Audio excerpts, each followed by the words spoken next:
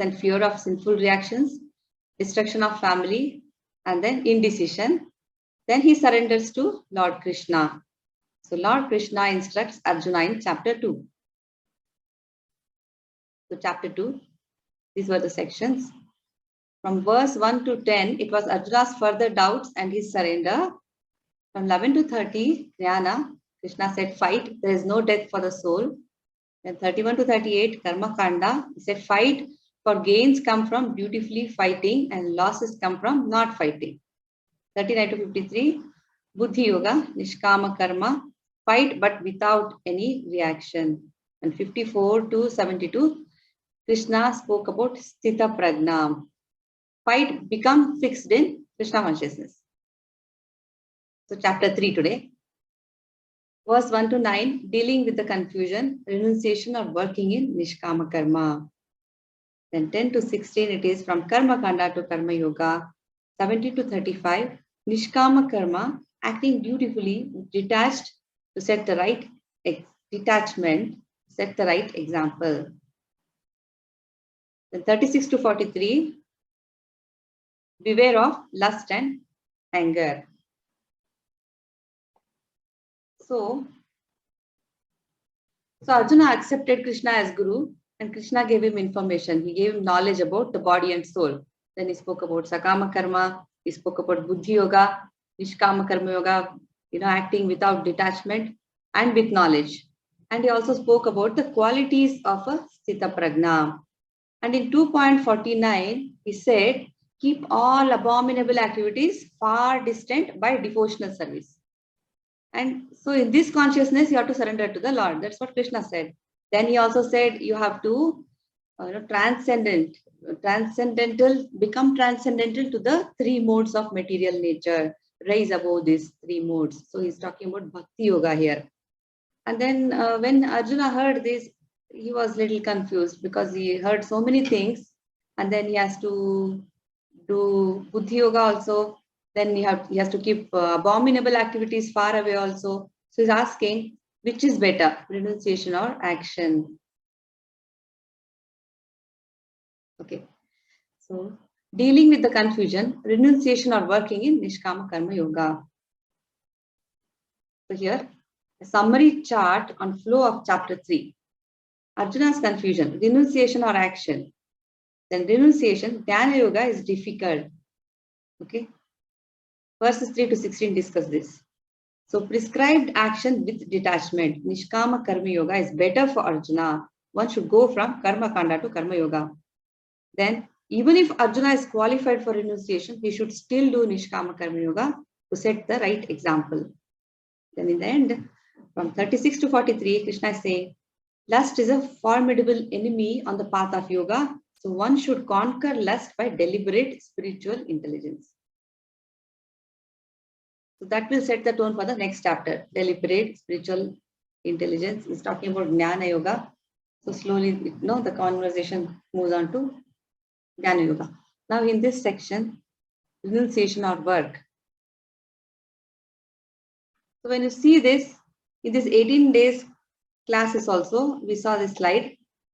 So it's like confusion, right? Which way to go? This way, that way, or the other way? So first of all, Krishna spoke about Jnana. He said, you are not the body, you are the soul. Then he said, knowledge will lead to renunciation. So knowledge leads to renunciation. And then you are the soul, and soul does not need a kingdom to rule. And then he spoke about Sakama Karma, doing duty and attaining enjoyment. He said Karma Kanda also, you do this, then you get, you win your kingdom. You're going to enjoy the kingdom. If you die on the battlefield, you're going to higher planets. So there is enjoyment. That is Karma Kanda, kind of Sakama Karma. Then Buddhi Yoga, Nishkama Karma Yoga, working with detachment and knowledge. And so he's asking, how does one do Buddhi Yoga? That's a doubt Arjuna is getting here. So Buddhi Yoga is nothing but action in Krishna consciousness. And that is highest intelligence actually, using your intelligence. Buddhi means intelligence. Yoga means mystic opulences or mystic activities. That's what is given in the book. That is the definition. Also, yoga means to concentrate the mind upon the Supreme by controlling the ever-disturbing senses. So that is yoga. So buddhi means intelligence. With yoga, so what does a person do? He tries to get out of this material entanglement, this material creation. He tries to go back to Godhead using his buddhi, intelligence. So that is nothing but bhakti yoga, devotional service. Completely he surrendered to the Lord in Krishna consciousness. So that is buddhi yoga. That's what is Krishna explaining to Arjuna. So now he is asking renunciation or action. Please instruct me. So let's see what Krishna says. Tadekam vada. Tell me definitively, he's saying. Connection between chapter 2 and chapter 3. See, in Bhagavad-Gita 2.49, Durena Havaram Karma. Krishna tells Arjuna to keep all abominable activities far distant by Buddhi Yoga. War is abominable, isn't it? So Arjuna thinks that Buddhi means intelligence. By using his intelligence, he should avoid all abominable activities and does not fight. Still, Krishna is urging him to fight. He's saying, get up and fight. So now Arjuna is asking, what is this? What do you want me to do? So actually, he's skillfully trying to avoid fighting. That's what he's trying to do. But let's see what happens. Chapter 3 begins with Arjuna's question to clarify this contradictory instruction. According to Arjuna, renunciation, jnana and work are incompatible.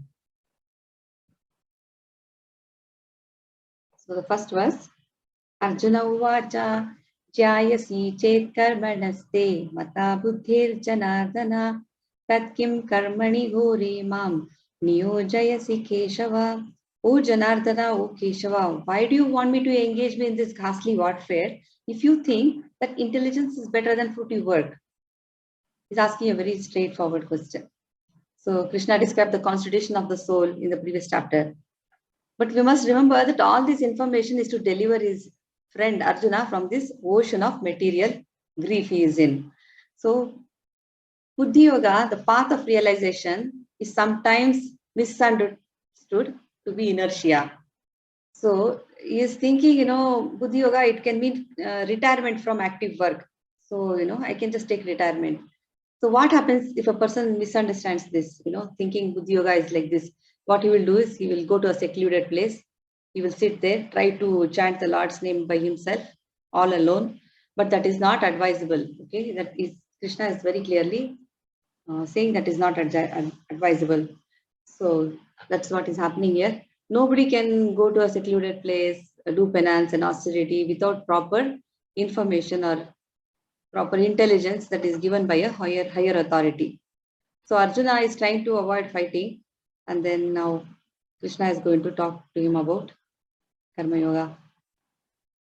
Vyamishrineva vakyena buddhim mohayasiva me tadekam vada nischitya yena shreyoham apnuyam. My intelligence is bewildered by your equivocal instructions. Therefore, please tell me decisively which will be most beneficial for me. In the previous chapter, he spoke so much, but all the information was presented unsystematically. There was no proper outline, how to follow this path. It was not clear. Actually, Krishna is not trying to confuse Arjuna, but Arjuna is not able to understand the path, the process of Krishna consciousness. So he wants to ask these questions to make it very clear for everyone so that there won't be any misinterpretation later on. So that's what is his intention. So Krishna spoke about Sankhya Yoga, control of the senses by intelligence. He said work without fruitive work, desire. Then he also spoke about the position of a neophyte devotee. So Arjuna wants to clear all his doubts and confusions, make it very clear for all of us also. Nishkama Karma Yoga from 3.3 to 3.9. Okay. 3.3. Shri Bhagavan Uvacha Lokesmin Vividha Nishtha Pura Prokta Mayanagha Dhyana Yogena Sankhyanam Karma Yogena Yoginam. The Blessed Lord said, O sinless Arjuna, I have already explained that there are two classes of men who realize the self. Some are inclined to understand him by empirical philosophical speculation, and others are inclined to know him by devotional work. So Krishna explained two kinds of procedures. He's saying that Sankhya Yoga, where he said, Sankhya Yoga is the analytical study of the nature of the spirit and the matter. And this is a subject matter of people who are inclined to speculate and understand things by experimental knowledge, by their own philosophy. And the second procedure he spoke about was Karma Yoga or Buddhi Yoga, working in Krishna consciousness. This path is actually easy to follow. It is flawless, and it will also relieve a person from his bonds of action. It will take him out of bondage. So these two paths. Now Prabhupada writes in a purport, both the yogas are interdependent. Okay, one is religion, one is philosophy. He says religion without philosophy is sentiment and or fanaticism, while philosophy without religion is mental speculation. So both are interdependent. But the ultimate goal is Krishna only, because even the philosophers who are all searching after the absolute truth, they also come to the same conclusion. At the end, they just reach Krishna consciousness. The whole process is to understand the real position of the self in relation to the super self. That is, what is my position? What is my relationship with the Supreme? So that is the ultimate goal. So all this philosophical speculation is indirect process. It may take time, but ultimately it will lead you to devotional service only. But devotional service is direct process where you are directly engaging in service with the Lord. So which is better? Krishna consciousness, the path of Krishna consciousness or devotional service is better. Okay, and it does not depend on purifying the senses by philosophical process also, because Krishna consciousness itself is the purifying process. It is very easy and it is sublime. So again, differences between Sankhya Yoga and Buddhi Yoga. Sankhya Yoga, philosophical speculation, indirect path. Buddhi Yoga, direct path, Krishna consciousness. In Sankhya Yoga, dependence on personal endeavor, lot of hard work. But in Buddhi Yoga, dependence on Krishna's mercy, a process of depending entirely on the Supreme. And in Sankhya Yoga, there is, it says unsure of success, because you're putting in a lot of hard work, you're working very hard, but the success is, you're not sure about that. But here, surety of success. Sankhya Yoga, initial purification required by prescribed duty, but in Buddhi Yoga, ends are the same. I'll mute you all. Okay. So the ends and means are the same. Krishna consciousness is itself the purificatory process. Na karmanam anarambhan naishkarmyam purusho snute nacha sanyasanad eva siddhim samadhigacchati. Not by merely abstaining from work can one achieve freedom from reaction, nor by renunciation alone can one attain perfection. The prescribed duties are all given by the Lord in the Vedas. So they are given so that we purify the hearts, purify our hearts, because people are very materialistic. So these duties are provided so that people purify their materialistic heart. So a person can accept the renounced order of life when he has been purified by the discharge of his prescribed duties. So there are many philosophers who think just by adopting sannyasa, you will become as good as Narayana. But that is not the case. Krishna is saying, no, that is not approved. Why? Because without purification of heart, one cannot attain success by abruptly adopting sannyasa, the renounced order of life. Because what happens? Then sannyasa becomes a disturbance to the social order. Why? Because a person with impure heart will be still thinking about sense gratification in his mind. So for a person who takes the transcendental service to the Lord, what happens to him? Even without his efforts, even without discharging his prescribed duties, any little advancement, little progress also goes a long way. Krishna will be very happy. This will enable him to overcome great difficulties. Okay, let's go ahead and learn more about this. Nahi kaschit kshanamapi chatu tishtati akarma krit karyate yavasha karma sarva prakriti jair gunai Everyone is forced to act helplessly according to the qualities he has acquired from the modes of material nature. Therefore, no one can refrain from doing something, not even for a moment. So, only because of the presence of the spirit soul, the material body functions and it moves. That is because of the soul. And soul is always active. That is the nature of the soul. It is always active. So the spirit soul constantly needs engagement in the good work of Krishna consciousness. Otherwise, it will occupy itself with, it will serve the dictations of the illusory energy. That's what Prabhupada writes in the pulpit also. So it needs some kind of engagement. If you go to a secluded place, what will happen? So when the spirit soul is in the contact with the material energy, it is acquiring all these material modes. And to purify the soul from these kind of affinities, it is very important to do, follow the prescribed duties, which is already given in the Shastras. So another chart. This is just for us to understand. Sankhya Yoga is impractical since soul is active in nature. Active in nature. It must act. It needs engagement. We cannot silence our mind. It's not easy to silence our mind. So soul also needs engagement.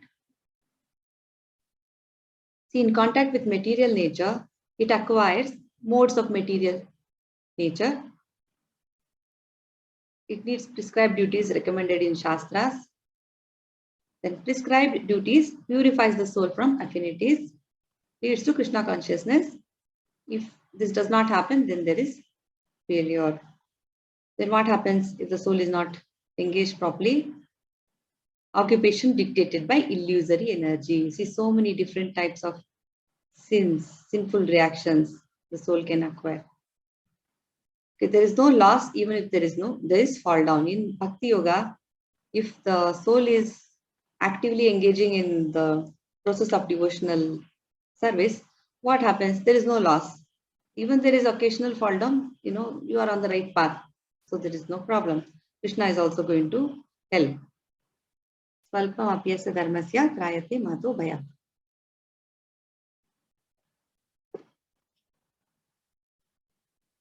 Karmendriyani samyamya yaste manasa smaran indriyarthan vimudhatma mityachara sauchyate. One who restrains the senses of action but whose mind dwells on sense objects certainly deludes himself and is called a pretender. Yeah, this person is dressed as a sannyasi, as a devotee, but he's not a sannyasi. You can see why. Because he has a cigarette in his hand, a bead in his hand. So with all due respect to him, he's called a pityachari. Because such people make a show of meditation, make a show of some kind of philosophical knowledge also. They may speak about philosophy, but it won't make sense. So internally, they'll be actually dwelling within their mind upon sense enjoyment. So such persons, they are just setting the wrong example. And people may applaud them sometimes just looking at their clothes. Oh, look, this is a sannyasi, but they are not. So that's what he's telling Arjuna, Krishna is telling, you can go to the forest, you can call yourself renunciant. Say, oh, you became a sannyasi, just like that, just by wearing these clothes. But what will happen to your mind? You're a grihastha, you're a kshatriya. Wherever you go, your nature will go with you. So you have to follow rules and regulations of your particular status and then make gradual progress, then purify and get into the higher modes. So he's telling that's what should be done. Real yogi is purified in his heart. So knowledge is one thing, application of knowledge is superior to the knowledge. So that is very difficult. So that's what he's telling. Don't be a pretender. Yastva indriyani manasa niyamyarabhate Arjuna karmendriyai karma yogam asakta sa visheshyate. On the other hand, if a sincere person tries to control the active senses by the mind and begins karma yoga in Krishna consciousness without attachment, he is by far superior. This is King Prataprudra. He was dealing with his kingdom, administrative affairs and all, but still he was a pure devotee. He would, you can read about him in Chaitanya Charitamrita. And also we have discussed this in the 18 days class also. He wanted to meet Chaitanya Mahaprabhu, and Mahaprabhu didn't want to meet anybody who's dealing with all this politics, kingdom and administrative work and all. He said, I'm a sannyasi, I don't have anything to do with these people. But then somebody gave him an advice, he said, when Mahaprabhu comes out for Jagannath Rath Yatra, you go and, offer your service, you can get his darshan. So that's what he was doing. And Chaitanya Mahaprabhu is very pleased by his service. And he also was chanting Bhagavatam. He chanted some verses from Bhagavatam to Chaitanya Mahaprabhu and was very, very pleased. He understood that though he is involved in all these activities, worldly affairs, in his heart, he was a pure devotee. So you can still be whatever you are and still follow devotional service. So whatever activity, any activity I do, I have to connect it with Krishna. That is Karma Yoga. So instead of becoming a pseudo transcendentalist, for the sake of living, I'll just become a sannyasi so that I'll get free food or whatever. That's not how it is. Or a sense enjoyment. That is not the right way to do it. So you have to be sincere in your heart. That's what attracts Krishna. So what is our self-interest actually? Whatever it is, our self-interest is actually become to reach Vishnu and to become, to attain his lotus feet, to become his pure devotee and attain his lotus feet. That is our self-interest. But in this materialistic world, when you ask someone, what is your self-interest? They may give so many definitions. But you should understand that this life is so short. We don't know where we are going next. So we have to apply the compassion to the soul. So what should I do? What am I as a soul, as myself? What is my self-interest? So better try to make, rekindle the relationship with Lord Krishna. So that is what it is. So the whole Institute of Varnashrama was designed to help a person reach that goal. Kshatriya, Brahmana, or whatever, they can stay in their particular field and still attain Krishna. The householder can also reach the destination by regulated service to Krishna.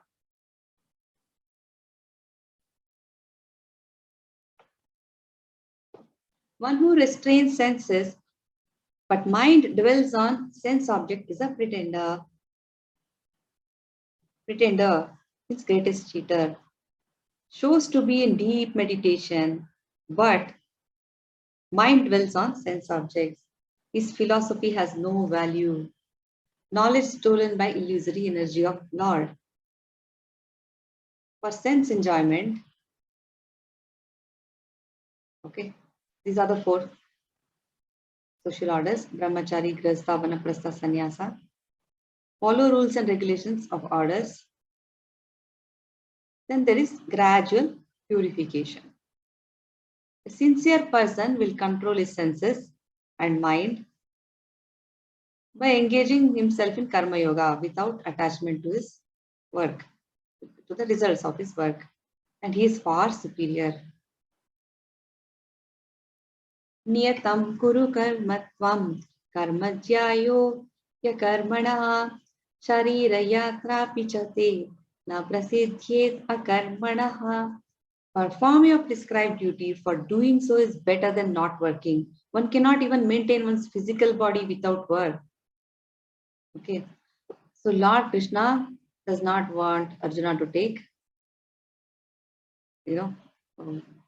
not sannyasa. He's telling, don't be a pretender, basically. Don't take sannyasa abruptly because you're not ready. Krishna wants Arjuna to perform his prescribed duties, as prescribed for a kshatriya. So yes, it's better for him to remain so and perform his religious duties. So renunciation for the purpose of maintenance is never approved by the Lord. So one has to work to at least maintain his physical body. He's saying that. He cannot just stop working capriciously. Without purification of materialistic propensities, we cannot just do that. Okay. Yajnarthat karmano anyatra lokoyam karma bandhanaha tadartham karma kaunteya mukta sangha samachara. Work done as a sacrifice for Vishnu has to be performed. Otherwise, work causes bondage in this material world. Therefore, O son of Kunti, perform your prescribed duties for his satisfaction And in that way, you will always remain free from bondage. Okay, this is Yudhishthira Maharaj discussing with Narad Muni. He wants instructions how to satisfy the Lord. He was performing his sacrifice. Remember, this discussion, we explained this in 18 days class. So, so work has to be done. Work has to be done with sincerity by regulating the senses with the help of mind. Okay. So, and then satisfaction of Vishnu is what is mentioned here. So we have to work such that Vishnu is satisfied. So Karma Yoga is work to be performed according to one's own Varna and Ashrama, but to satisfy the Lord. There is one example that we discussed. It is like you have this soldier working for the country. He is fighting a war, for instance, on the border, and he is, using weapons. He may hurt someone, whatever it is. The government is so happy because he's working for the country, and everybody praises him. Welcomes him with open heart. They kind of applaud him and all that. He was actually involved in a very violent situation. He might have shot somebody also, but then still he is being applauded. But the same person, that is because he's working under the authority, he's working for the government. That's why. If he does something, say he's on a vacation and he does something like that, then definitely he's in trouble. Same way, a person who is working for Krishna, he knows what are the things that he has to do, and he'll work such that Krishna is happy. Then there is no reaction to whatever he's doing. So Yagna means Lord Vishnu, and all the sacrificial performances are all meant for the satisfaction of Lord Vishnu. So Vedas also say that. Okay. Again, another chart. Performing prescribed duties is better than not working.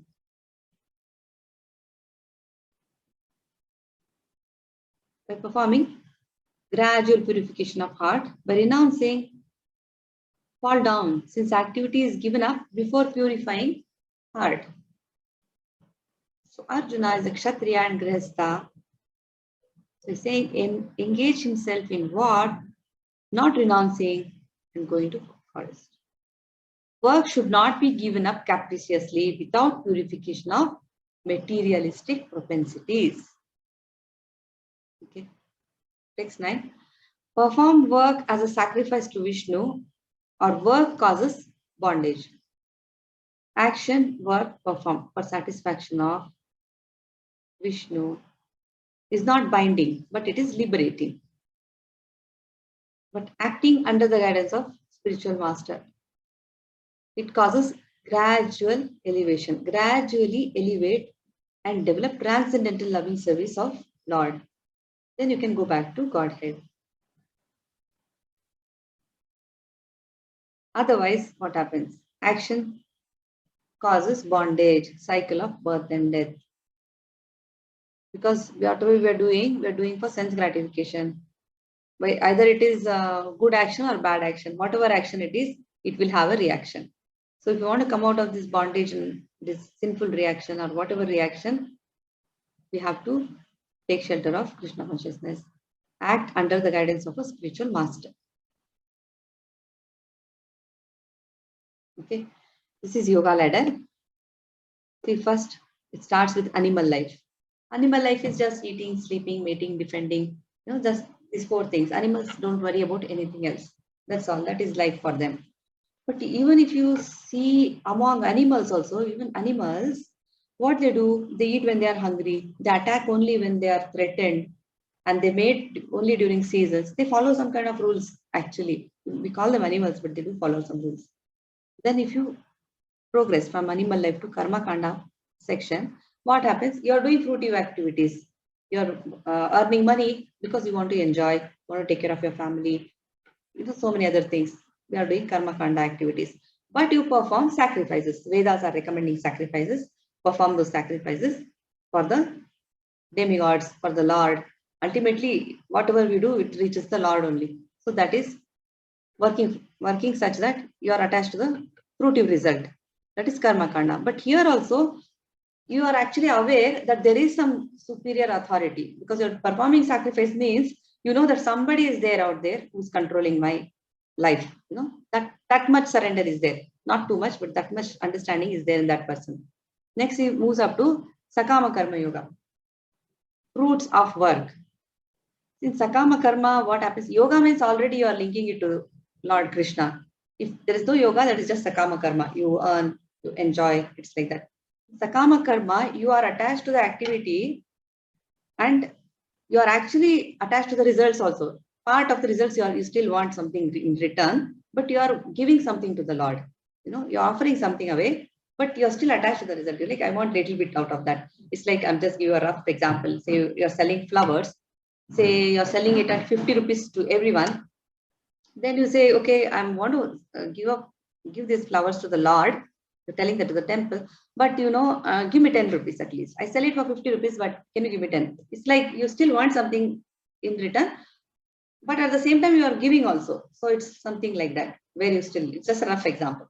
In Nishkama Karma Yoga, you are doing the activity also for the Lord, the fruits also for the Lord. You don't want anything in return. I'll do this activity because I'm good at this activity. I'm still attached to this activity. Do it, but I don't want anything in return. I'm just doing it for the Lord. That's it.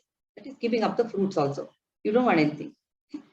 Then after doing all this, there comes a time when you are accumulating knowledge and you move up the ladder, you reach Jnana Yoga. And a person who is in complete knowledge, you know, it does not have to perform any prescribed duties also. Okay, he has reached that stage. No work can bind him actually. But still, you know, some Jnana yogis, they still have to go ahead and do. Then is that stage where he's accumulating a lot of knowledge. What is the Lord and what is absolute truth? Very knowledgeable. But then slowly he moves up to the next stage in this ladder, where he goes to a secluded place, gives up all activities, sits alone.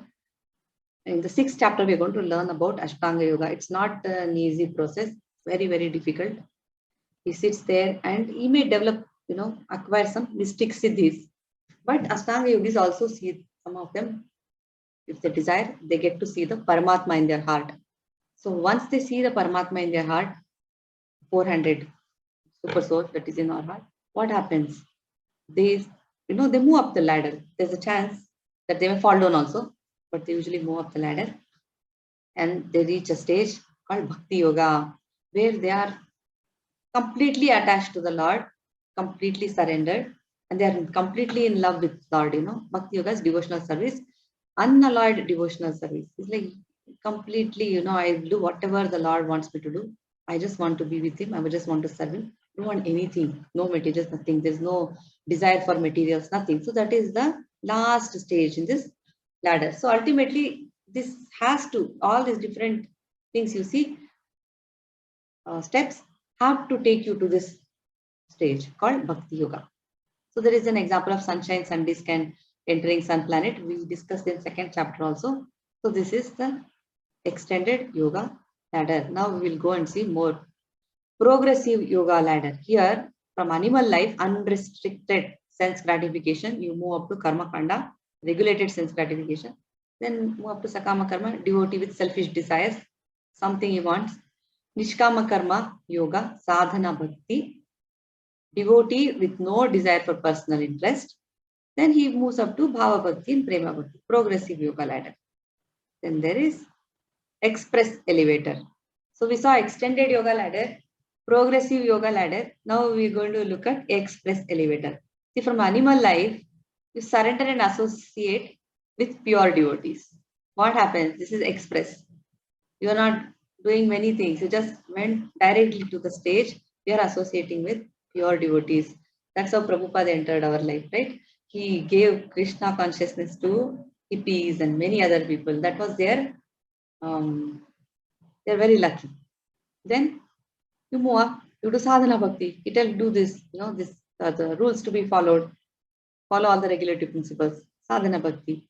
Then from there, it's very fast. The progress happens like this. You go to bhava bhakti and prema bhakti. The process itself is so purifying because you're chanting, you're engaging your senses in the Lord's service. Your mind is occupied with the Lord's work. Your soul is also occupied with the Lord. So if the soul is occupied with thinking about Krishna, all the subordinate, like subordinates like mind and senses, they also become purified, and they also don't think about sense gratification and all. So there is, you can control your senses easily because you have rules and regulations to follow. So that is express elevator. Okay, from Karma Kanda to Karma Yoga. If a person is too attached to material life and cannot perform Nishkama Karma Yoga, for them Krishna describes the yoga ladder from lowest rung and gradually moving higher from Karma Kanda to Karma Yoga. Srila Prabhupada ends all the purports in section 3 by glorifying the supremacy and the need of Sankirtana Yajna. He speaks about different types of yoga and everything. He says, all you have to do is chant. He says that it's so easy, just chant. You'll be fine. Progress is faster. Saha yajna praja sristva purovacha prajapati anena prasavisyadvam esha vostva ishtakamaduk. In the beginning of creation, the Lord of all creatures sent forth generations of men and demigods along with sacrifices for Vishnu and blessed them by saying, "Be thou happy by this yajna, sacrifice, because its performance will bestow upon you everything desirable for living happily and achieving liberation." Okay. So all living entities within this material creation are conditioned by material nature because they have forgotten. We are all forgotten our relationship with Krishna, the supreme personality of Godhead. But Krishna himself says, Vedesha sarver ahameva vedya. He says, whatever rules we are following, regulations, he's saying, Vedas also, the Lord of the living entities is the Supreme Lord, and he is the benefactor of all the sacrifices. And we are, the end result is Krishna only. How much ever we study Vedic literatures and all, in the end, we have to come to the conclusion that the Supreme Lord is Krishna. The Prajapati is the Lord. So the Lord created the material world so that the conditioned souls could learn how to perform yajnas, purify themselves, and this will enable them to live comfortably in this material world without anxiety. And after finishing their business of material enjoyment and everything, they can actually enter the kingdom of God if they follow all the rules given in the Vedas. That's what Krishna is saying here. So by performance of yajna, the conditioned souls gradually become Krishna conscious. Okay. So in this Kali Yuga, what is recommended for us? Sankirtana yajna. That is what we are supposed to do. Okay. 11. Devan bhavayatanina deva bhavayantu vaha parasparam bhavayantaha shreya param avapsyata. The demigods, being pleased by sacrifices, will also please you. And thus, by cooperation between men and demigods, prosperity will reign for all. So what does this mean? Okay. We already know by now, because of our 18 days classes, the demigods are empowered administrators of material affairs. What do? They supply us with air, they supply light, water, and all these other benedictions. They work for Krishna. They supply everything on behalf of the Lord. So they help us maintain the body and soul. Okay. And there are many such assistants. There are so many innumerable demigods. And they also are different parts of the Supreme Lord. If you read Bhagavatam, you'll understand. So their pleasures and displeasures it all depends on the performance of the yajnas by us, human beings. So some of the yajnas are meant to satisfy particular demigods, but the Lord is the chief beneficiary. So whatever yajna is performed, he is going to get the benefit. But still, yajnas have to be performed for these demigods. But Krishna himself is the beneficiary. When the yajnas are perfectly performed, the demigods become very happy. And there will be no scarcity of any supply of any natural products. They'll supply properly because they're very happy because yajnas are being performed. They'll be very happy. But a person who is Krishna conscious, who's directly serving the Lord, does not have to do all this. Okay, we learn that. But by performing all these yajnas, which are supposed to be performed, because it is mentioned in the Vedas, what is happening? All the activities are becoming purified. So it's very important to perform. So we're going to learn about the cycle of sacrifice. We've seen this before. We've seen this in the 18 days class. So what is my prescribed duty? How do I know what is my prescribed duty? That is given in the Vedas. Based on my own, Varna and Ashrama, I have to perform some duties. That is given in the Vedas by the Lord himself. And then here we see a farmer, he cultivates grains and all this. Then he's performing his duties. Then he performs sacrifice. Then because of that, the demigods are very happy. Then Indra provides rains.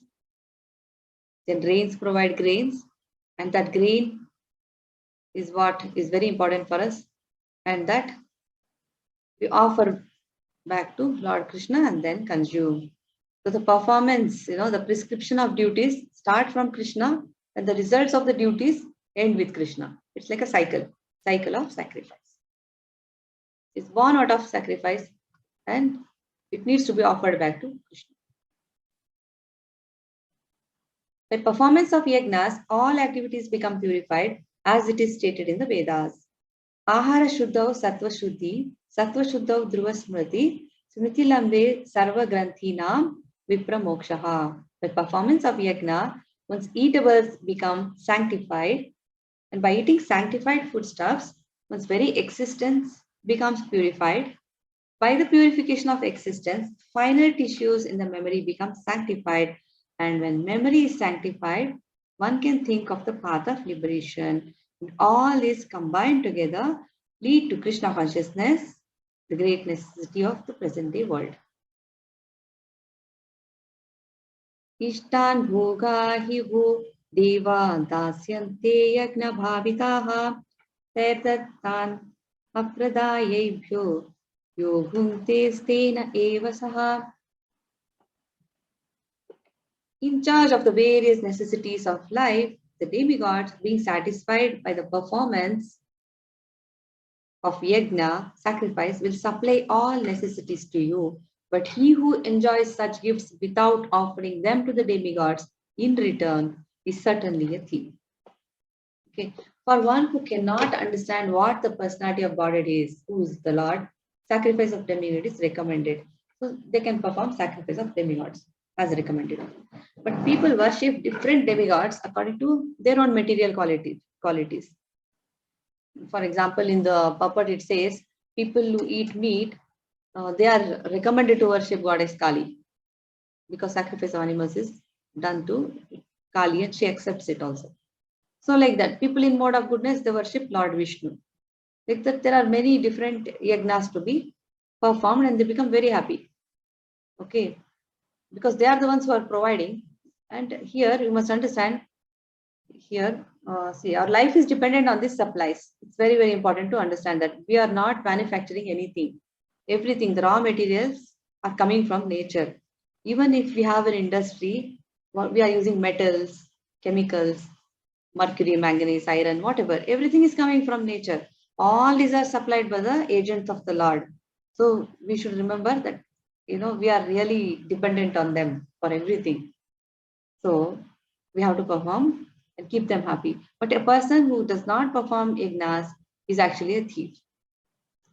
And he will be punished by the laws of material nature. He is just using, is not offering anything in return, not performing anything.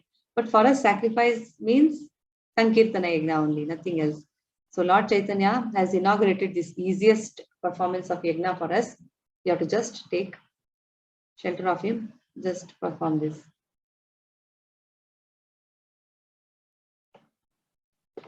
Yajna shishta sina santo muchyante sarvakil vishai bhunjate te tva agham papa ye pachantyatma karanat. The devotees of the Lord are released from all kinds of sins because they eat food which is offered first for sacrifice. Others who prepare food for personal sense enjoyment verily eat only sin. Okay, it's a very important instruction. Every living entity living being subsists on food grains. Everyone is eating. The devotees of the Lord are called santas, it says. What they do? They are in love with the God. So what they do? They offer the food. They eat only prasadam, nothing else. And they also perform devotional service as an offering. They perform, they do Shravanam, Kirtanam, Smaranam, Archanam, Vandyam, all this. So there are these performances of yagnas. And because of this, all kind of contaminations or sinful association in the material world is actually not hurting them. So they are, whatever they do, they are actually safe because they are not considered thieves. Otherwise, everybody else who is not doing this, they are actually, they actually get a lot of sinful reactions. So how can a person who is a thief and is also sinful, is also a thief? How can such a person be happy? It is not possible. If the whole society is doing that, then the society cannot be peaceful. There's no happiness in the world. There won't be any peace, there won't be any happiness. Because everybody is behaving like a thief. That's the point here. Okay. Annad bhavanti bhutani prajanyadana sambhavaha yagnad bhavati parjanyo yagna karma samudbhavaha. All living bodies subsist on food grains which are produced from rains. Rains are produced by performance of yagna, sacrifice, and yagna is born of prescribed duties. The Supreme Lord is the master of all the demigods because they also serve him. Okay, so we know Indra, Chandra, Varuna, they all are working for him.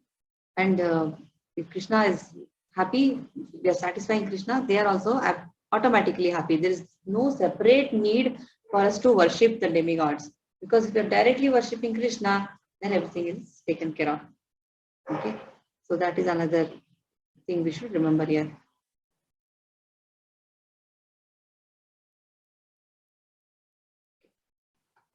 Karma brahmodbhavam vidhi brahmakshara samudbhavam tasmat sarvagatam brahma nityam yagne pratishtitam. Regulated activities are prescribed in the Vedas, and the Vedas are directly manifested from the Supreme Personality of Godhead. Consequently, the all-pervading transcendence is eternally situated in the acts of sacrifice. Every age has its own recommended yagna. We know that, right? In Satya Yuga, it was meditation, the recommended way of offering our, performing sacrifice, offering our obeisances was through meditation. In Satya Yuga, people used to be alive for a very, very long time. So they could do meditation for long, long periods. Then it was in Treta Yuga, the perfection, how they attained perfection was through fire sacrifices. Okay, in Dwapara Yuga, it was temple worship, elaborate temple visits. Then here now in Kali Yuga, it is Sankirtana Yagna. So in this particular age, how do we become purified? By just simply chanting. We need to chant. So how do we know that we have to chant? Is there any reference? It is in 10.25. Bhagavad-Gita, chapter 10, verse 25. He says, Krishna says, of all sacrifices, I am the chanting of the holy name and japa. So anything performed without the direction of the Vedas is called vikarma, and it is unauthorized. So if Vedas are recommending, we have to do that. It is mentioned in the Vedas also that Yagna Purusha is Vishnu only, Krishna only. So the direction, the instruction, everything is coming from Krishna himself. So we have to remember that the conditioned souls in this material nature are all eager for material enjoyment, but they can come out of their sinful reactions when they completely surrender to the Lord and follow all the instructions given to them. Okay.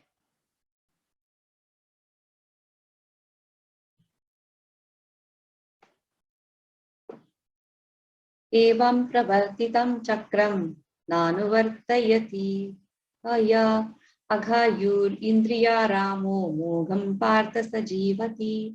My dear Arjuna, one who does not follow in human life the cycle of sacrifice thus established by the Vedas, certainly leads a life full of sin, living only for the satisfaction of the senses. Such a person lives in vain. So the philosophy of work very hard and enjoy sense gratification. Why am I working so hard? Because I want to enjoy. This is not approved by the Lord. Krishna is condemning that, okay? So therefore, Prabhupada says, for those who want to enjoy this material world, the cycle of performing yajnas is very much necessary. Okay, one who does not follow the regulations, for him it's very risky to come out of this material creation. He has to keep on going through this miserable life. After death, he'll get another body. We don't know what kind of body also. So he has to understand, his situation. By nature's law, the human form is life. Human form is meant for self-realization. So we should not waste this life. Nishkama Karma Yoga, to set correct example. A Nishkama Karma Yogi may conclude, my prescribed duties are meant to bring material reward, but I do not have any material desire in this life, nor do I desire Sargaloka. I know I am not this body. So why should I need to perform my prescribed duties? In the following verses, Krishna explains why one freed from material desires should nevertheless perform his duties. Answer to Arjun's argument of destruction of family dynasty.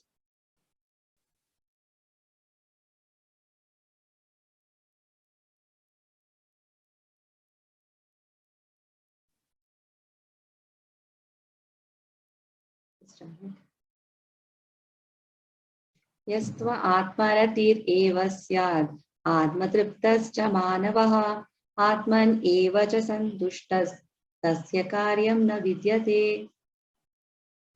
But for one who takes pleasure,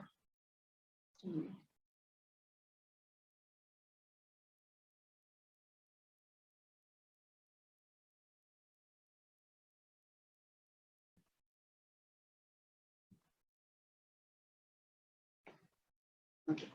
But for one who takes pleasure in the self, whose human life is one of self-realization and who is satisfied in the self only, fully satiated, for him there is no duty.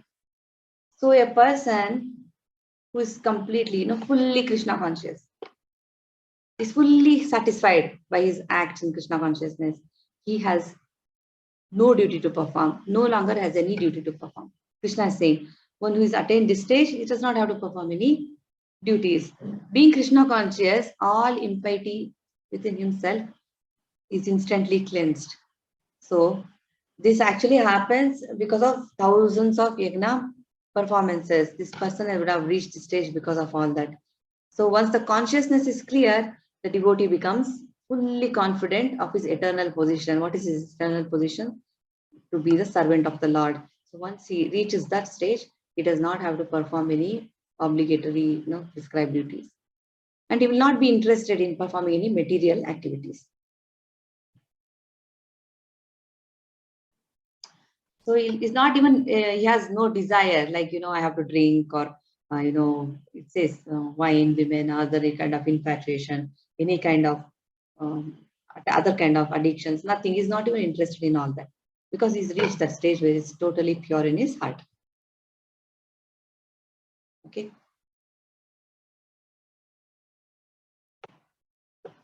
Naiva tasya kritinartho na kritineha kaschana na chasya sarvabhuteshu kaschid artha vyapashayaha. A self-realized man has no purpose to fulfill in the discharge of his prescribed duties, nor has he any reason not to perform such work, nor has he any need to depend on any other living being. A self-realized man is no longer obligated to perform his duties. That much we know.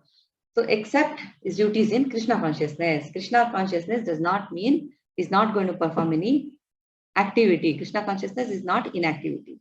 So a Krishna conscious man does not take shelter of any person, man or demigod, just performs his activities in Krishna consciousness, and that's enough, for him in the discharge of his duties. Okay. What's the time? Let me see. Okay. Time is 8:30. So we'll do till 9 o'clock. Let's see how much we can cover. We started early so that we could finish fast. So that was the intention, but I don't know whether we can finish the entire chapter. There are 77 slides and I'm in 43 right now. So let's see how it goes the next half an hour. If you can finish, fine. Otherwise, we'll do next week. You cannot rush too much also. Tasmad asakta satatam karyam karma samachara asakto hyacharan karma paramapnoti purushaha. Therefore, without being attached to the fruits of activities, one should act as a matter of duty, for by working without attachment, one attains the supreme. See, to be a good man or a non-violent man, nice person, whatever, these are all personal attachment. Oh, this person is so nice. But that's something, it's like if somebody praises you, it's like, oh, it's like personal attachment. But to act on the behalf of the Supreme is to act without attachment for the results. You don't want the praise also. You don't need to praise me. I'm just doing because I like to do. I want to serve Krishna. That's why I'm serving. It's not because somebody will applaud. That's not the point. So here, if somebody reaches that stage, then that is perfect action of the highest degree. So that is what Krishna is recommending. Krishna is encouraging Arjuna to act without attachment. Be dedicated to the activity, be dedicated to Krishna, then you are not implicated, just like the cycle of sacrifice. Then you can attain the Supreme.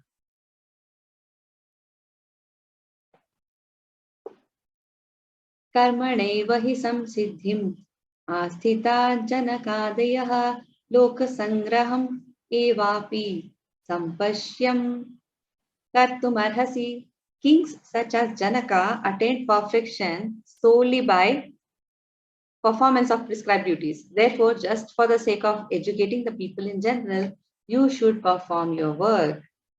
Kings like Janaka Maharaj was Sita Mata's father. So Sita was Janaka Maharaj's daughter. Kings like Janaka were all self-realized souls. So they had no obligation to perform any prescribed duties that was given to them by Vedas.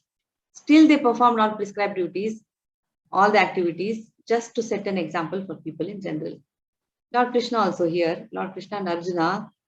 Arjuna is the Lord's eternal friend, They fought this battle to teach people in general that violence is necessary sometimes when good arguments fail.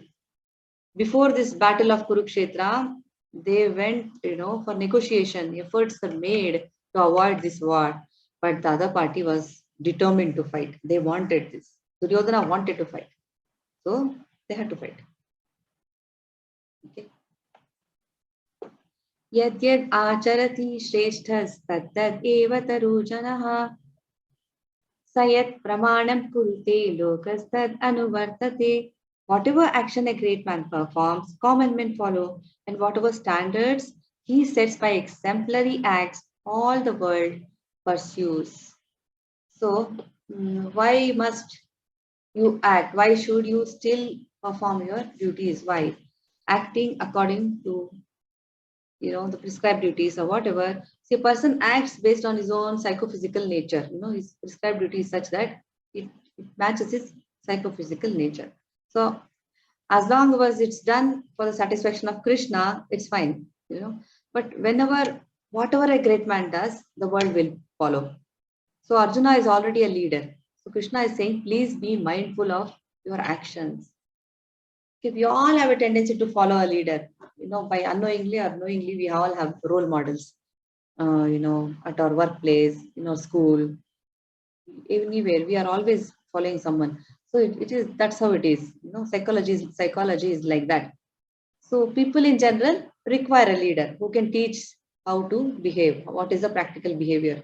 So Lord Chaitanya Mahaprabhu says that a teacher should behave properly before he begins teaching.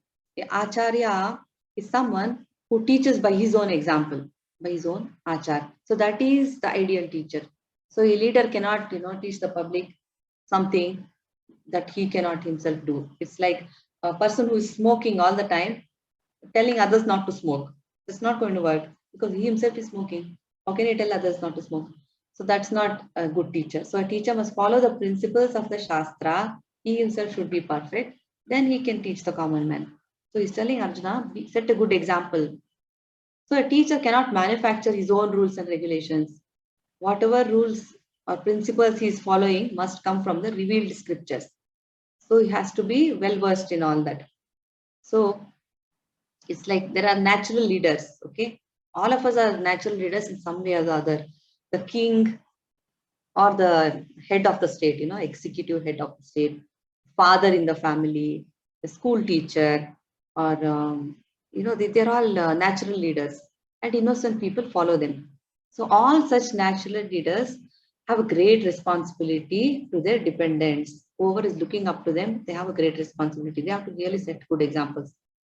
Then that's why they need to be conversant with all these standard books of scriptures and all. They should know all this. They should know what is the right thing so that they themselves can teach properly. So they'll know what is moral and spiritual code. So once they know from these books, then they become perfect.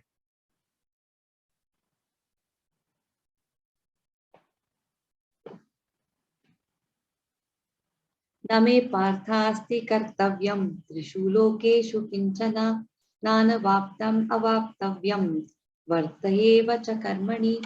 O son of Pritha, there is no work prescribed for me within all the three planetary systems. Nor am I in want of anything, nor have I a need to obtain anything, and yet I am engaged in prescribed duties. So there is no duty for the Supreme Personality of Godhead. He is full in his six opulences, full in strength, fame, wealth, knowledge, beauty, and renunciation. So he is Bhagwan. Okay. So he's already full in everything. A person has to work so that he sees some results, right? He needs something. That's why he works. Ultimately there is something that you are looking forward to. But Krishna does not really need anything. And he's saying, I don't really need to do anything, but still I do. Why? To set an example. Okay, that's what he said. This is Krishna carrying Nanda Maharaj's slippers on his head. He's giving it to his father. So he's very impartial. Yadi hyaham na vartevyam jatu karmani atandritaha mama vartmanu vartante manushya partha sarvashaha. For if I ever fail to engage in carefully performing prescribed duties, O Partha, certainly all men would follow my path. Okay. So he has to follow the path properly because he does not break his own rules that he has made, given in the Vedas. Whatever prescribed duties mentioned in the Vedas, even in Bhagavatam, it says Krishna was living perfectly, just like a householder. He was performing all his duties. So all his religious duties at home also, outside also, just like anybody, ordinary person. So he has descended here to establish the principles of religion, but he himself followed the prescribed rules so that common men understand, that's how they need to live. So we can follow in his footsteps because he is the greatest authority. He himself is saying that. This is Krishna lifting the Govardhana hill. Utsi deyur ime lokam na puryam karma chedaham sankarasya cha kartasyam upahanyam ima prajaha. If I did not perform prescribed duties, all these worlds would be put to ruination. I would be the cause of creating unwanted population, and I would thereby destroy the peace of all living beings. So Varna Shankara is talking about Varna Shankara is unwanted population, which disturbs the whole society. Okay, it can disturb the whole society. To check this social disturbance, prescribed rules and regulations are already given. When that does not happen, then there is a problem in the society.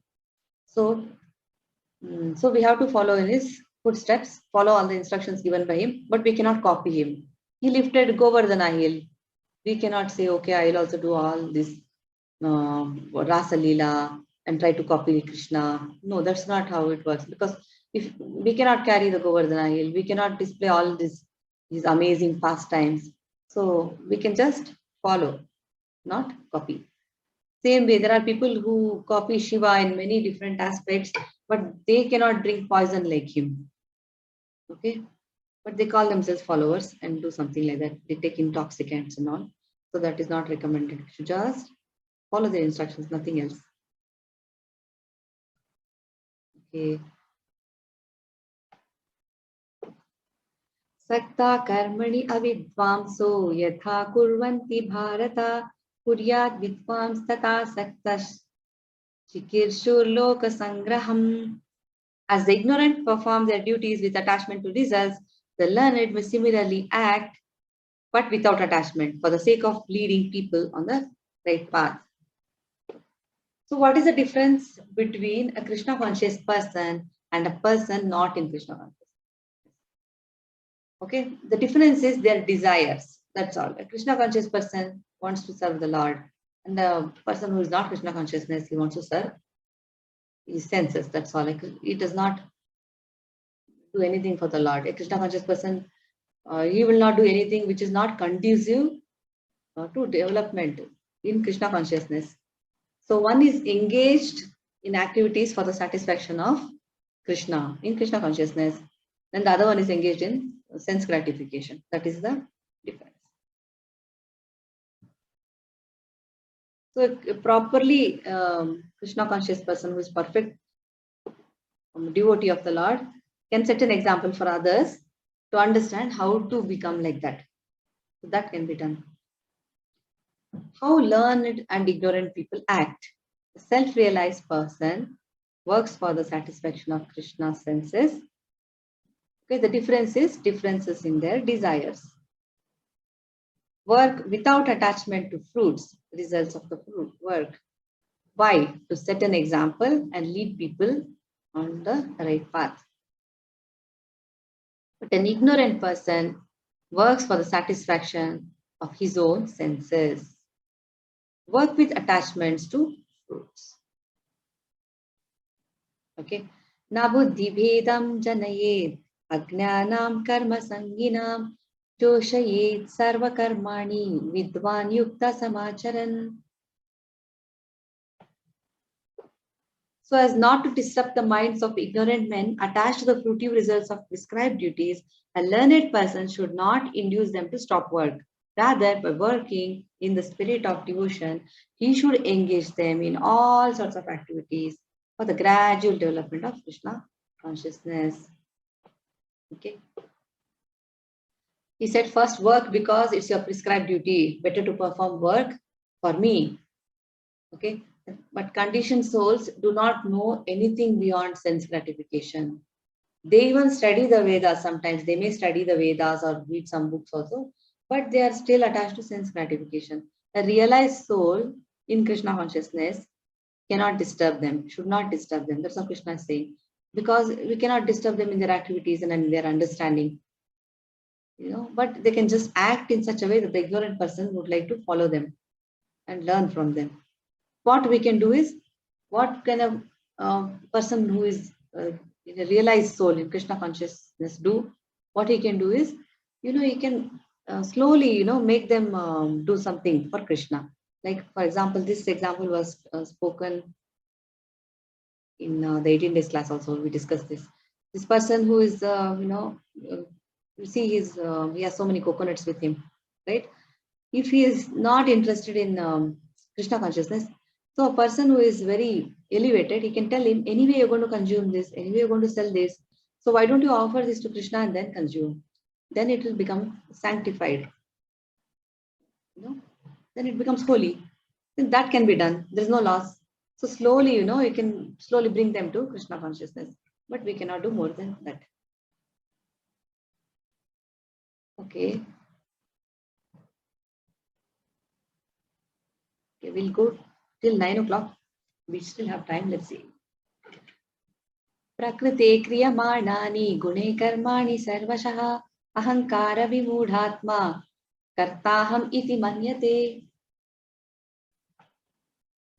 Spirit soul bewildered by the influence of false ego thinks himself the doer of activities that are in actuality carried out by the three modes of material nature.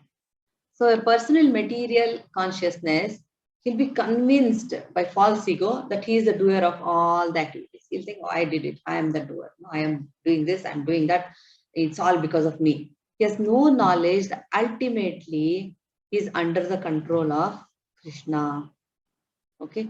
If he thinks he is the doer, then actually that is the symptom of his nescience. Okay. He's called Vimudhatma. Okay, they are just Vimudhatma. These people are also attached to their body. They know I'm not the body, I'm the soul. They're not reached there. They are bewildered by false ego. So we must remember that we are not the doers. I'm not the doer. The action is carried out by the three modes of material nature, as you can see in this image here. Sattva guna, Rajoguna, and Tamoguna. We're acting in a particular way because we're infected by these gunas. Guna also means ropes. Guna means rope. So because of this misuse of senses in sense gratification, so ignorant people, what they do, they forget that the Lord is Rishikesha. He is the master of the senses of the material body. He's the master for our senses. So the ignorant person is so bewildered by false ego, so he'll forget actually, everybody actually has love for Krishna in their heart. We all have that. We just have to rekindle that. But a person who is completely ignorant, working for himself and thinks he's the doer, for him, he would have forgotten his eternal relationship with Krishna, and it will take time for him. Unless and until he meets a pure devotee, there is no change. Tattva vittu mahabahu gunakarma vibhagayo gunaguneshu vartanta iti matvasa iti matvana sajjate.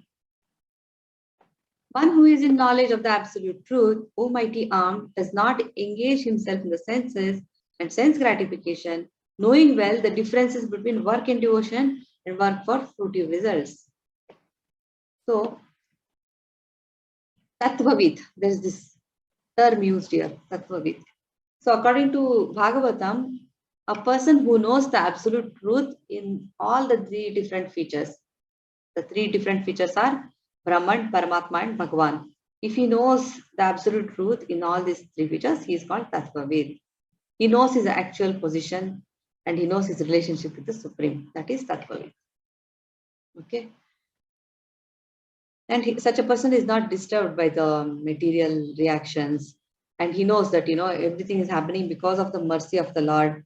And even if there is any problem, he'll think, okay, Lord is there, don't worry, this will be taken care of. This is supposed to happen. If Lord is in control, there is no need to worry. And whatever he does, it dovetails all his activities in the devotional service to the Lord. That is Tattva.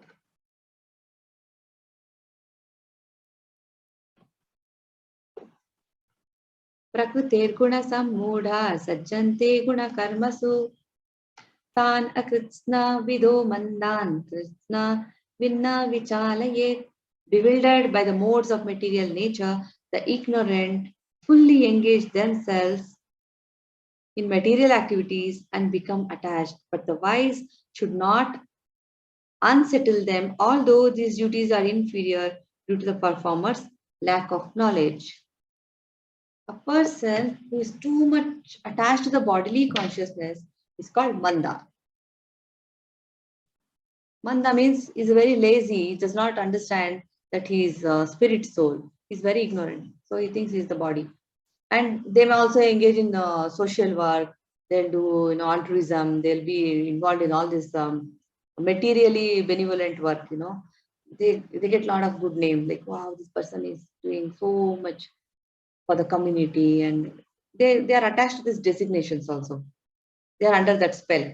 They're always busy in this material work and material field. For them, spiritual realization is a myth. There's nothing spiritual about it, what they do. Okay, but for them, it's a myth. They cannot even accept or appreciate activities in Krishna consciousness because they're so much involved in all these other activities. So what can one do? We can continue our spiritual activities. Devotees can just continue their spiritual activities without disturbing them. That's what Krishna says. But actually, pure devotees are very, very kind. We sometimes go and approach the ignorant also. And they tell them, somehow they get them to engage in the activities of Krishna consciousness. That is their mercy. This becomes necessary because the human life is like this. Today's world, everybody is bewildered. So it becomes very much necessary for them to have this knowledge and slowly act for Krishna.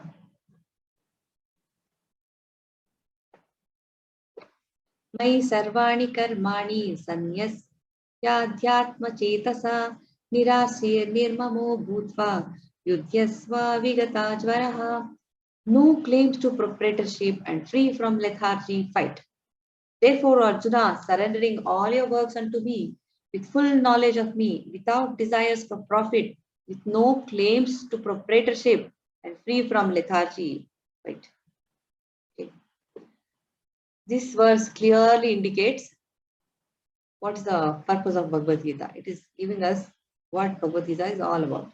The Lord instructs that one has to become fully Krishna conscious and discharge his duties, as if in a military discipline, So Arjuna was ordered by Krishna here to fight as if, Krishna is his military commander. Just do it because I want this war. It's like that. So we have to work with that kind of a detachment. There is one example of a cashier, He may count millions of dollars. So much money he'll count in the bank for his employer. But he has no claim, right? He cannot claim that money. Nothing is his. At the end of the day, he counts all the money, but he leaves it in the bank and goes home. He's not attached to that. So it's something like that. He is performing his activity without any emotions, without any attachment or anything. So we should execute such an order, and we may also become Vigata Jvaraha, means without lethargy, just fully, with all enthusiasm, everything. You do your activity, he's telling. So that will lead one to the path of liberation. Again, one more little chart. Purpose of Bhagavad Gita: surrendering all your work unto me, with full knowledge of me, without desires for profit, with no claim of proprietorship, free from lethargy, fight. Okay. Ye me matam idam nityam anutishtanti manavaha shraddhavanto anusuyanto uchyante te api karmabhi. Those persons who execute their duties according to my injunctions and who follow this teaching faithfully without envy become free from the bondage of fruitive actions. Okay, whatever Krishna is saying here is the essence of all Vedic wisdom. Vedas are eternal, so what Krishna is speaking is also eternal. So we must have complete faith in Krishna's words without envying, without any envy. Just trust completely. Okay, but there are so many philosophers, like Prabhupada says, who write commentary on Bhagavad-Gita. They have no faith on Krishna. They have no faith in Krishna. They are, they think Krishna is like one of us, but they'll write commentary about him. So, they will never get liberated because that's not how Bhagavad Gita should be understood. So for an ordinary man who has firm faith in all these instructions, he's the only one who can liberate himself from this bondage of the law of karma. For a philosopher who has no faith, there is no liberation. There is no progress in a spiritual world, spiritual path.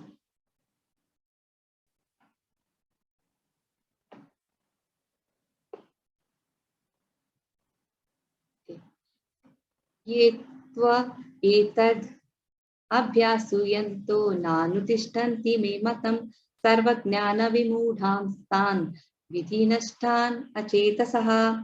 But those who out of envy disregard these teachings and do not follow them regularly are to be considered bereft of all knowledge, befooled and ruined in their endeavors for perfection. See, the law of not being Krishna consciousness. If you're not Krishna conscious, what will happen? That's what this verse is talking about. There is always punishment for some disobedience, right? If we don't follow the rules and if we do whatever whimsically, what will happen? We will be punished. Same way, if a person who is not Krishna conscious, he may do something whimsically. However great a person may be, if he is disobedient, ignorant of his own self, he does not have any knowledge of the Brahman, Paramatma, or the Supreme Lord, then there is no hope for him. This is like a blind man going around.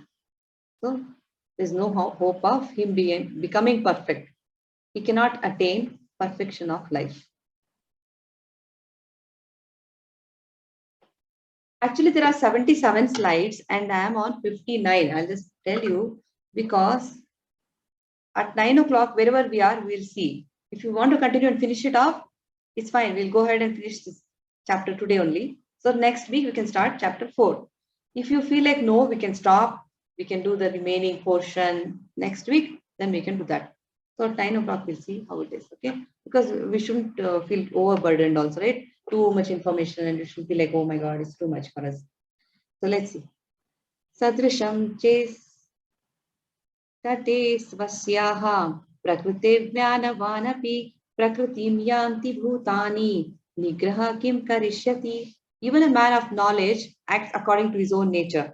For everyone follows the nature he has acquired from the three modes. What can repression accomplish?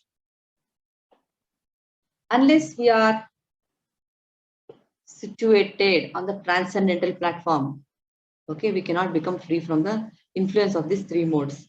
Mode of goodness, mode of passion, and mode of ignorance. Even if a person is highly educated, academically, he's very learned, for instance, even for him, Maya is very difficult to overcome. By theoretical knowledge also, nobody can get liberation. So it's not so easy. So why? Because of our long association with the material nature, we are in this bondage. So Krishna consciousness helps us to get out of this material entanglement, and we can just come out of this entanglement just by engaging ourselves in the duties provided to us, in total Krishna consciousness. So that is what it is. So we should not suddenly give up our prescribed duties. So here you see there's a Brahmana, there's a Kshatriya, there is a Vaishya and a Shudra. They should not, if that is their nature, that is what they are recommended to do. A Brahmana cannot artificially become a Kshatriya. Kshatriya cannot artificially become something else. That is not recommended. It's better for them to be situated in that position and then attain Krishna consciousness.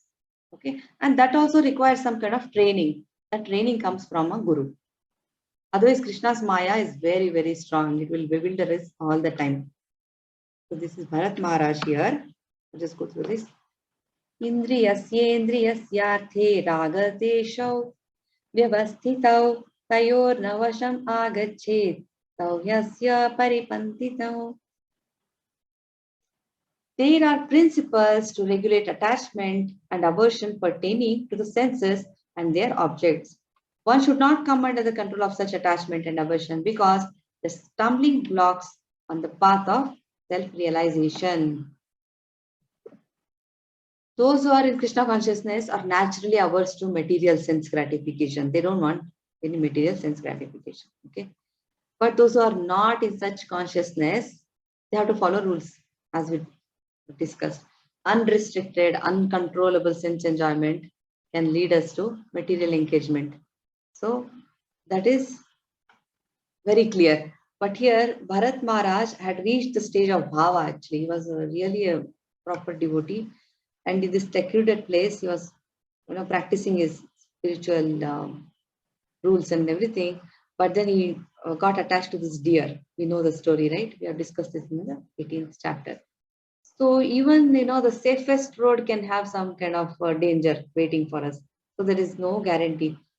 There can be danger. There can be accidents.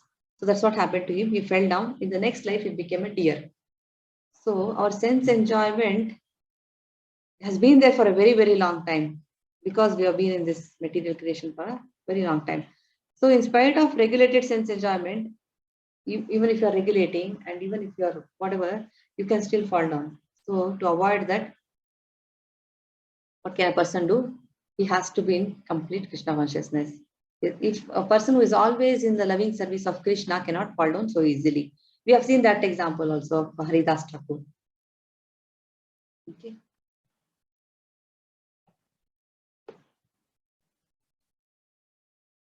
Shriyan swadharmo vigunaha paradharmat swa anutishtat swadharme nidhanam shriya paradharmo bhayavaha. It is far better to discharge one's prescribed duties, even though faultily, than another's duties perfectly. Distraction in the course of performing one's own duty is better than engaging in another's duties, for to follow another's path follow another person's path is dangerous. Why is it so? See, materially we have prescribed duties. Okay. Like for example, a Brahmana is in the mode of goodness. He is non-violent by nature. A Kshatriya is in the mode of passion. He is violent. He can fight. He has that nature with him. Okay. It's easy for him to lift a weapon. Then similarly, for different, people, they are different under their, they are working under their own, they are under different modes. So, and different ashramas. So they follow all that. So what are the spirit? These are material duties. But what are spiritual duties? Spiritual duties are given to us by our spiritual master. Whatever is given Krishna, given by Krishna in this Bhagavad-Gita, that is also a spiritual duty only. So material duties and spiritual duties. So whether we do material or spiritual duties, one should stick to his own prescribed duties until death, rather than imitate another person's prescribed duties, because we are all working under these three modes of nature. So our heart needs to be cleansed. A person whose heart is completely cleansed, he does not have to follow these rules. He did not follow the same, what do you say? If he is a Brahmana, for example, there is this example of Vishwamitra. He was a Kshatriya, but later on he became a Brahmana. See in this image, you can see him. And this Parashuram was a Brahmana, he became a Kshatriya. They are totally transcendentally situated. So they can do that. They can do so. But for an ordinary person, they should not become a Brahmana, should not try to become a Kshatriya. Kshatriya should not become a Brahmana. And if there are a group of Kshatriyas attacking a kingdom, you cannot send Brahmanas to fight, right? So like that. So they have their own nature, their own prescribed duty. So based on their own psychophysical conditions, they have to act, and we should not try to take up another person's prescribed duty. Just do your own duty. Even if you fail, it's fine. Just follow the same path. That's what Krishna is saying. But a person who is completely Krishna conscious, for him, these rules don't apply. So section 5.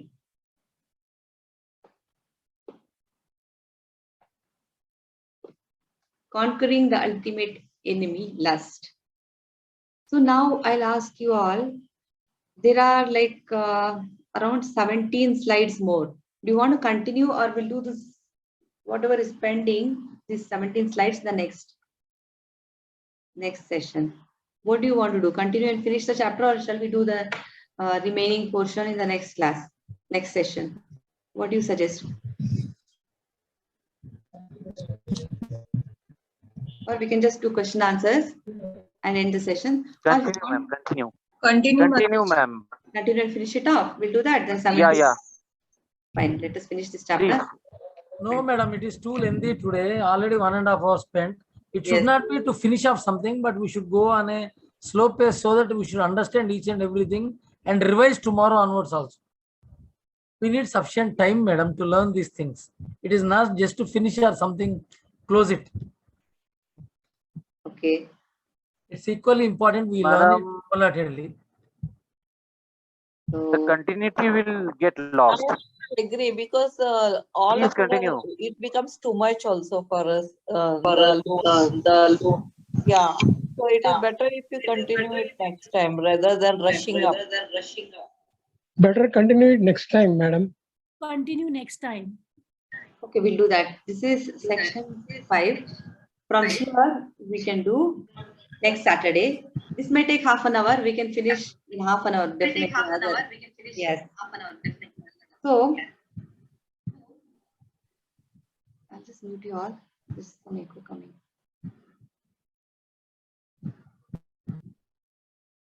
So we can again meet at 7:30 only. Finish this for half an hour and then see how much we can cover. the fourth chapter we'll do a little bit, and then for fourth chapter we'll have 2 days. So then we can cover this also and that also. That should be okay. So we can do that. So just remember section 5. I will also note down. So now we can take some questions, then end the session. Okay, let's do that.